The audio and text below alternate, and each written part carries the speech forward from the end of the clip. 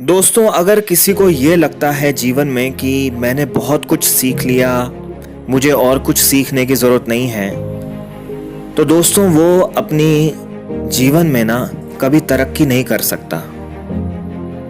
उसका डाउनफॉल उस बिजनेस में पक्का है।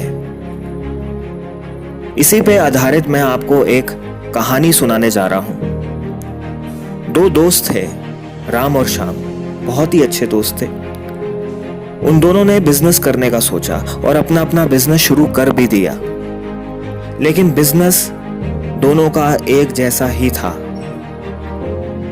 2-3 साल में राम और श्याम ने बहुत तरक्की कर ली, लेकिन राम को इतना घमंड और इतना आत्मविश्वास हो चुका था कि अब उससे लगता था कि उसे कुछ सीखने की जरूरत नहीं है। वो जैसे जैसे साल बीतते जाएंगे उसे ऐसा लगता था कि वो तरक्की करता जाएगा, लेकिन ऐसा नहीं हुआ दोस्तों।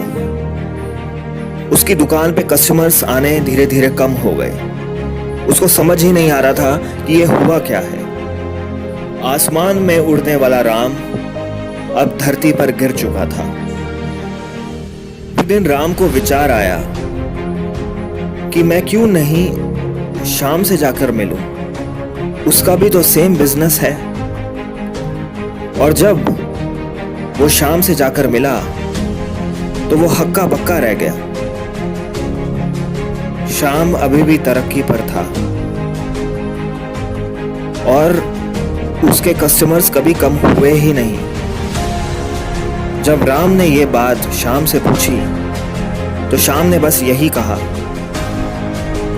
दोस्त, मैं हमेशा गलतियों से सीखता रहता हूं। कभी दूसरों की गलतियों से सीखता हूं तो कभी खुद की गलती से सीखता हूं।